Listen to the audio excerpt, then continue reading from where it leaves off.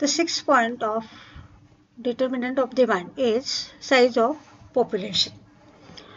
When there is large size of population, demand is greater. When there is small size of population, demand is less. You know here, demand depends on population, demand depends on the number of consumers. When number of consumers is high, demand is high. When number of consumers is low, demand is less. So when country is highly populated, their consumers are more, demand is high. When country is not highly populated or low populated, then the number of consumers is less and demand is less. You just see here in this picture the population of that country. Here it is shown that number of where people are there. So here demand is greater and here few population is there, so demand is less. आता इथं size of population मध्ये तुम्ही जर countries बघितल्या तर China 1 नंबरवर आहे आणि 2 नंबरवर इंडिया आहे. त्याच्यामुळे इंडियाकडं एक मोठी मार्केट म्हणून बघितलं जातं, एक मोठी बाजारपेठ म्हणून बघितलं जातं. कारण इथं पॉप्युलेशन जास्त आहे आणि पॉप्युलेशन जास्त आहे त्याच्यामुळं कंट्रीजचं डिमांड जास्त आहे काही पर्टिक्युलर प्रोडक्टसाठी. म्हणून त्या ॲमेझॉनसारख्या कंपनी ह्या इंडियामध्ये लॉन्च झाल्यात आणि त्यांनी मोठ्या प्रमाणावर प्रॉफिट मिळवलेला आहे. So here this is size of population. Next is expectations about future prices. If the consumer expects the price to fall in the future, he will buy less in the present at the prevailing price and demand falls. बघा आता पहिली केस बघू, मग त्याच्यानंतर आपण दुसरी केस बघू. Consumer expects the price to fall in future, so he buy less, so demand is less. म्हणजे बघा आता नियरली इक्वल फ्युचरमध्ये जर प्राइसेस कमी होणार असतील तर आपण काय करतो, कन्झम्पशन थांबवतो. जेवढं आपल्याला नेसेसरी आहे तेवढंच आपण परचेस करतो. त्याच्यामुळं काय होतं की बाईंग कमोडिटी जी आहे किंवा quantities which are to be bought here that is less and therefore demand falls. आता तुम्हाला माहिती आहे की आपल्याला न्यूजपेपरमुळं किंवा कोणी सांगितल्यामुळं किंवा गव्हर्मेंट पॉलिसी डिक्लेअर झाली असेल एखादी, तर त्याच्यामुळं नियरली फ्युचरमध्ये त्या जर किमती कमी होणार असतील तर आपण काय करतो, आता थांबतो. आता आपण त्याचं परचेसिंग करत नाही, त्यामुळे डिमांड काय होतो, कमी होतो. आता कुठलंही एक्झाम्पल तुम्ही घ्या, फूड ग्रेन्स घ्या, गोल्डचं पर्टिक्युलरली बघा. आता गोल्डचे प्राइसेस किती हाय आहेत. मग आता जर गोल्डचे प्राइसेस हाय असतील आणि तुम्हाला जर त्याचं नीड नसेल तर definitely you are not purchasing. म्हणजे नीड असेल तुमच्याकडं, जर काही फंक्शन असेल त्याच्यासाठी गोल्ड पाहिजे असेल तर तुम्ही परचेस करता. आणि तुम्हाला आता गरज नसेल तर तुम्ही उगाचच वाढलेल्या प्राईसमध्ये गोल्ड परचेस करत नाही. तर ते आहे. So now next is here when consumer expects the price to rise in future, he will buy more in the present at the prevailing price. म्हणजे जवळच्या काळामध्ये, नजदीकचा काळ जे आपण म्हणू शकतो, कशासाठी तर नियरली फ्युचर पिरियड अशासाठी आपण शब्द वापरू शकतो. तर त्या काळामध्ये जर प्राईस वाढणार असेल तर आत्ता त्याची प्राईस लेस आहे, त्याच्यामुळं आपण आताच लगेच परचेस करूचं डिसिजन घेतो, परचेस करायचं डिसिजन घेतो आणि त्याच्यामुळं डिमांड राईज होतो. म्हणजे बरोबर वरच्या केसच्या बरोबर अपोजिट केस आहे. तुम्ही जर बघितलं प्रत्येक डिटर्मिनंटमध्ये, प्रत्येक पॉईंटमध्ये हे आहे. म्हणजे 2 अपोजिट केसेस सांगितलेले आहेत, त्याच्यावरनं एक जरी केस कळली की दुसरी अपोजिटली तुम्ही लिहू शकता. म्हणजे आता वरचं पण कन्स्ट्रक्शन ऑफ सेंटेन्स सारखं आहे आणि खालचं पण सारखं आहे, फक्त काय त्याच्यामध्ये चेंज आहे. इथं प्राईस टू फॉल म्हणले तिथं राईज म्हणायचं आहे. त्याच्यानंतर बाय लेस म्हणायच्याऐवजी इथं बाय मोर म्हणायचं आहे आणि बाकी सगळं आहे तसंच आहे. आणि डिमांड फॉल्सच्या ऐवजी डिमांड रायझेस म्हणायचं आहे. हे एक ट्रिक आहे लक्षात ठेवण्याचं. जर अपोजिट केसेस जर डिस्कस केलेले असतील तर पहिल्या केससाठी जी कन्स्ट्रक्शन केलेली असते ग्रुप ऑफ वर्ड्सची, तीच कन्स्ट्रक्शन खाली लिहायची असते, फक्त तिथं काही अपोजिट वर्ड्स यूज करून. तर हे आहे एक्सपेक्टेशन्स अबाउट फ्युचर प्राइजेस. म्हणजे जवळच्या काळामध्ये जर प्राइसेस फॉल होणार असतील तर आपण आपलं कन्झम्पशन थांबवतो किंवा पोस्टपोन करतो आणि मग डिमांड कमी होतो. ह्याच्या उलट जर नजीकच्या काळामध्ये जर प्राईस राईज होणार असेल तर आपण काय विचार करतो, पुढं जाऊन प्राईस राईज झाल्यावर वाढलेल्या प्राईसला परचेस करण्यापेक्षा आत्ताच आपण परचेस करून ठेवू म्हणजे पुढं आपल्याला लॉस होणार नाही, हे थिंकिंग करून आपण आत्ता परचेस करतो. त्यावेळेस काय होतं, डिमांड रायझेस. त्याच्यानंतर आहे बघा पुढचं, ॲडव्हर्टाइजमेंट अँड सेल्स प्रमोशन. नाव what is mean by advertisement?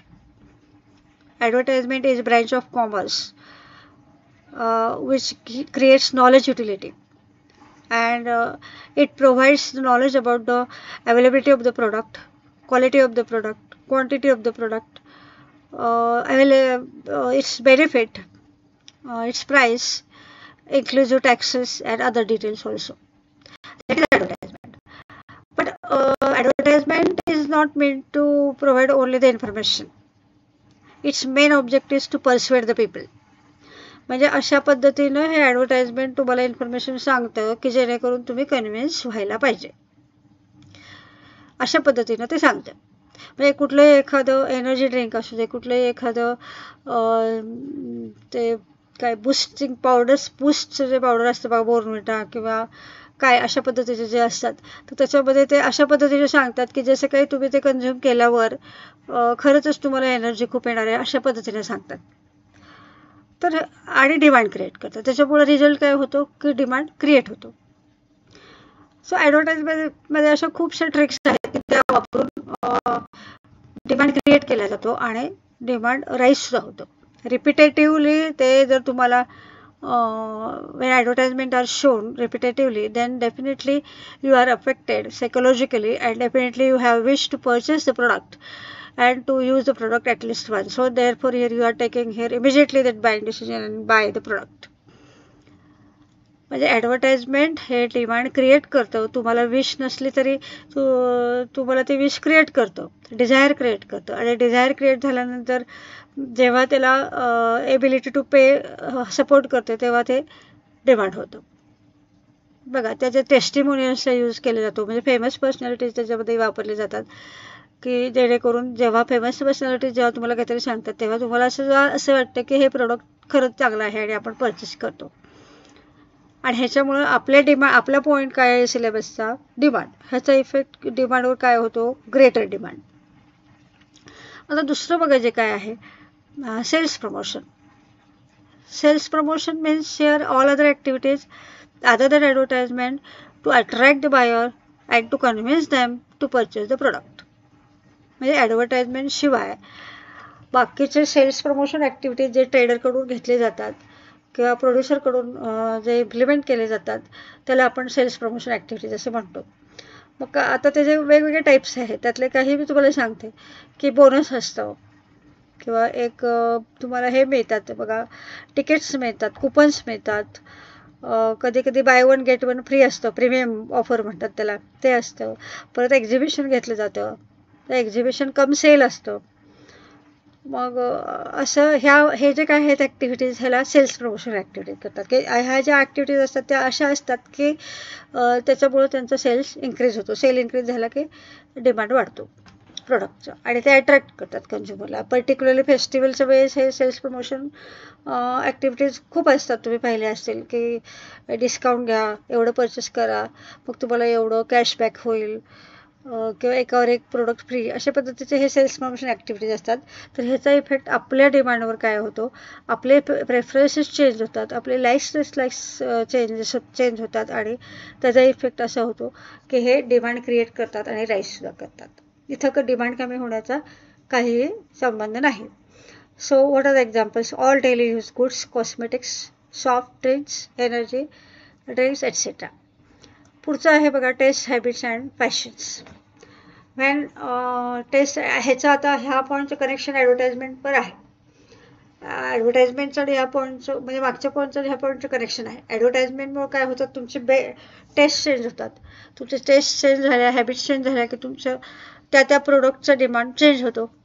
So your taste habits and fashions of consumer influence the demand for a commodity. आता हॅबिट्स असू द्या बघा, कसं होतं सारखं सारखं तुम्हाला सांगितलं की हे चांगलं आहे, हे चांगलं आहे, हे चांगलं आहे, मग ते तुम्ही परचेस करता, कन्झ्युम केल्यानंतर तुम्हाला त्याचे हॅबिट होतं. हॅबिट झाले की तुम्ही ते प्रोडक्ट सतत डिमांड करत राहता. So here that is habit. त्याच्यासाठी काय करतात बघा कंपनीज, की काही प्रोडक्ट फ्री देतात, 20% ऑफ, 10% ऑफ, सॅम्पल्स देतात, पर्टिक्युलरली कॉस्मेटिक्समध्ये. असं करून ते तुम्हाला ते कमोडिटी यूज करायचं सवय लावतात. आणि एकदा तुम्हाला ते जर हॅबिट झालं की तुम्ही ते प्रोडक्ट पुन्हा पुन्हा परचेस करतात आणि त्यासाठी ते कंपनी थ्रू ॲडव्हर्टाइजमेंट तुम्हाला रिमाइंड करतात. आणि त्याचा कशावर आपला डिमांडचा पॉईंट आहे त्याच्यावर काय इफेक्ट होतो, तर आपला डिमांड रायजेस. त्याच्यानंतर आहे बघा फॅशन्स. आता सारख्या फॅशन्स बदलतात, पर्टिक्युलरली ज्वेलरीमध्ये बदलतात, particularly you know that fashionable ड्रेसेसमध्ये बदलतात. तर अशा वेळेस जसे जसे हे बदलतील, फॅशन्स बदलतील, तसं तसं आपल्याकडं अगोदर जो स्टॉक असतो प्रोडक्टचा तो आउटडेटेड व्हायला लागतो. आणि नवीन फॅशनप्रमाणे नवीन काय आलं तर त्याचं डिमांड काय होतो, वाढत जातं. हे तुम्हाला माहिती आहे, हे जनरल आहे. त्याच्यानंतर आहे बघा level of taxation. You know here government increases taxes or decreases taxes according to need of economy. तर काही प्रोडक्टवर टॅक्स जास्त चार्ज केला जातो, काही प्रोडक्टवर कमी केला जातो. आणि गव्हर्मेंट काय करतं, हे टॅक्स इम्पोज करतं, त्याच्यापासून रेव्हेन्यू कलेक्ट करतं. त्या रेव्हेन्यूमध्ये त्याचा जो एक्सपेंडिचर आहे तो एक्सपेंडिचर कव्हर करण्याचा प्रयत्न करतो. तर जेव्हा टॅक्सेस इम्पोज केले जातात, हाय टॅक्सेस इम्पोज केले जातात, तेव्हा त्या price of product increases. When price of product increases according to our first point, here demand falls और डिमांड डिक्रीजेस. तर हे आहे हाय रेट्स ऑफ टॅक्सेस. म्हणजे टॅक्स हाय, मग प्राइस हाय, आणि प्राइस हाय म्हणून डिमांड लेस, असं ह्याच्यामध्ये हे लॉजिक आहे. आणि याच्या सिमिलरली म्हणजे आता बघा मी मगाशी तुम्हाला सांगितलं की प्रत्येक ठिकाणी दोन अपोजिट कंडिशन्स स्टडी केलेले आहेत. आणि त्यावेळेस प्रत्येक वेळेस एक कन्स्ट्रक्शन तुम्हाला आले की त्याची दुसरी कन्स्ट्रक्शन तुम्ही इझिली लिहू शकता, फक्त त्याचे अपोजिट वर्ड यूज करून. तर दुसरं आहे जे low rate of taxes on goods and services. तर ह्याच्यामध्ये जेव्हा टॅक्सेस कमी होतात तेव्हा प्राईस डिक्रीज होते, प्राईस डिक्रीज झाले की डिमांड इन्क्रीज होतो. हे पहिल्या पॉईंटमध्ये आपण पाहिलं तसंच सेमच पोझिशन आहे, फक्त इथं हाय रेटच्या ऐवजी इथं लो रेट लिहायचं आहे, इथं इन्क्रीजच्या ऐवजी इथं डिक्रीज लिहायचं आहे, इथं डिक्रीजच्या ऐवजी इथं इन्क्रीज लिहायचं आहे. Increase in demand, increase the प्राईसच्या ऐवजी इथं डिक्रीज द प्राईस लिहायचं आहे, डिक्रीज इन डिमांडच्या ऐवजी इथं इन्क्रीज इन डिमांड असं लिहायचं आहे. तर अशा पद्धतीनं हा लेवल ऑफ टॅक्सेशन. दुसरं एक आहे बघा, टॅक्सेशनमध्ये तुम्ही म्हणाल की टॅक्सेशन काय, कुठले असतात, काय असतात, हा तुम्हाला प्रश्न पडला असेल. इन्कम टॅक्स असतो, परत हॅबिच्युअल गुड्सवर ते टॅक्स हे करतात. मग आता तर GSTचं तुम्हाला माहिती आहे काय आहे ते. तर हे GSTचं गुड्स अँड सर्व्हिसेस टॅक्सचं ते सगळे टॅक्सेस मर्ज केलेले आहेत. तर तो GST टॅक्स जर वाढला तर त्याची किमती वाढतात आणि त्याचं डिमांड कमी होतो आणि व्हाईस वर्सा. आणि आता इन्कम टॅक्सच्या बाबतीमध्ये जर बोलायला झालं तर इन्कम टॅक्स जर त्यांनी वाढवला तर तुमचं डिस्पोजेबल इन्कम असतं ते कमी राहतं. म्हणजे समजा आता यावर्षी तुमचा इन्कम टॅक्स आहे 20%, म्हणजे तुम्हाला किती अवेलेबल राहतं इन्कम तुमचं कन्झम्पशनसाठी, तर 80%. मग 20% इन्कम टॅक्स असेल तर 80% इन्कम तुम्ही यूज करू शकता. हा जर 25% झाला इन्कम टॅक्स तर तुम्हाला किती डिस्पोजेबल इन्कम राहतं, 75%. म्हणजे जसं टॅक्स वाढेल तसं तुमचं इन्कम जे कन्झम्पशनसाठी तुम्ही यूज करता ते कमी होतं. आणि टॅक्स कमी झाला की डिस्पोजेबल इन्कम वाढतं आणि त्याच्याप्रमाणे कमोडिटीजला डिमांड कमी जास्त होतो. नाव म्हणजे आता कसं बघायला गेलं तर समजा आता तुम्ही कॅल्क्युलेशन करून बघा, व एवढं पगार आहे, मग पहिल्यांदा होतं 20% टॅक्स, मग 20% टॅक्स गेले, मग 80% राहिले. 80% मध्ये परत तो कंझ्युमर काय करतो, परत सेव्हिंग करतो, परत त्याचे जे काही टॅक्स सेव्हिंग पर्पजेस असतात त्याच्यासाठी ते इन्व्हेस्टमेंट करतो. आणि मग राहिलेलं इन्कम काय असतं, डिस्पोजेबल कन्झम्पशनसाठी वापरतो. मग कन्झम्पशनसाठी वापरण्यात येणारे इन्कम म्हणजेच काय, डिस्पोजेबल इन्कम. तर त्याचे डिस्पोजेबल इन्कम कमी होतं जर हाय इन्कम टॅक्स असेल तर, आणि डिस्पोजेबल इन्कम वाढतं जर टॅक्सेशन त्याचं लो असेल तर. तर अशा पद्धतीने हे लेवल ऑफ टॅक्सेशन आपल्याला दोन्ही बाजूने म्हणजे इन्कम टॅक्स थ्रू आणि GST थ्रू इफेक्ट करतं. त्याच्यानंतर आहेत बघा अदर फॅक्टर्स. अदर फॅक्टर्समध्ये काय होतं, climatic conditions, changes in technology. Climatic conditions आपण पाहिले की समर सीझनमध्ये आपण वेगळ्या प्रोडक्ट्सला डिमांड असतो, रेनी सीझनमध्ये रेनकोटला असतो, त्याच्यानंतर विंटर सीझनमध्ये वुलन क्लोथ्सला असतो. हे आपण डीपमध्ये पाहिलेलं आहे पहिल्यांदा. तर according to climatic conditions the demand for product changes. So already we have studied. Next is changes in technology. When technology changes, that new technology having the product which is having that new technology, that is purchased by the consumer, and the demand for that new technology possessing goods, here they are demanded more. आता तुम्हाला माहिती आहे की मोबाईलची technology तुम्हाला माहिती आहे, नवीन नवीन mobile येतात, त्याच्यात नवीन नवीन टेक्नॉलॉजिकल चेंजेस असतात, नवीन ॲप्स असतात, नवीन फॅसिलिटीज असतात. त्याच्याप्रमाणे मग काय करता तुम्ही, लगेच जुना विकायचा, नवीन घ्यायचा. So here that is changes in technology. त्याच्यानंतर गव्हर्मेंट पॉलिसीचं तुम्ही पाहिलं की आत्ताच टॅक्सेशन पॉलिसीबद्दल आपण डिस्कशन केलं, आणि त्याच्यापेक्षा सुद्धा other than that policy many policies are there, and because of that policies demand may rise or may fall. तर गव्हर्मेंटला ज्या प्रोडक्टचं डिमांड वाढवायचं आहे त्याच्यासाठी लेस टॅक्सेशन असतं, गव्हर्मेंटला ज्या गुड्सचं कन्झम्शन कमी करायचं त्याच्यासाठी हाय टॅक्सेस असतं.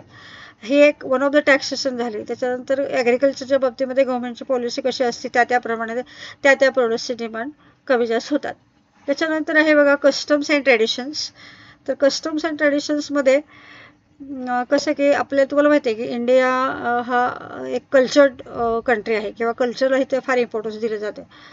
तर कसं तुम्ही हे तुमचे फेस्टिवल्स असतील त्याप्रमाणे त्या प्रोडक्टचं डिमांड कमी जास्त होतं. आता समजा दिवाळी आली, दिवाळीला आपण काय करतो, पेंटिंग करतो हाऊसचं. मग तिथं पेंटिंगचे एशियन पेंट्सचे पेंट्स असतात, ते सारखे ॲडव्हर्टाईज केले जातात बघा, आणि त्याच्यामुळे त्याचा डिमांड वाढतो. आणि आपली कस्टम पण आहे त्याच्यामुळे त्याचं पण आपण ते करतोच. त्याच्यानंतर फॅशनेबल ड्रेस घ्यायचं, ज्वेलरी घ्यायचं, हे फेस्टिवल्सला अनुसरून त्या प्रोडक्ट्सचं डिमांड कमी जास्त होतो. So here these are various factors which makes effect on demand, and here long answer type question can be asked.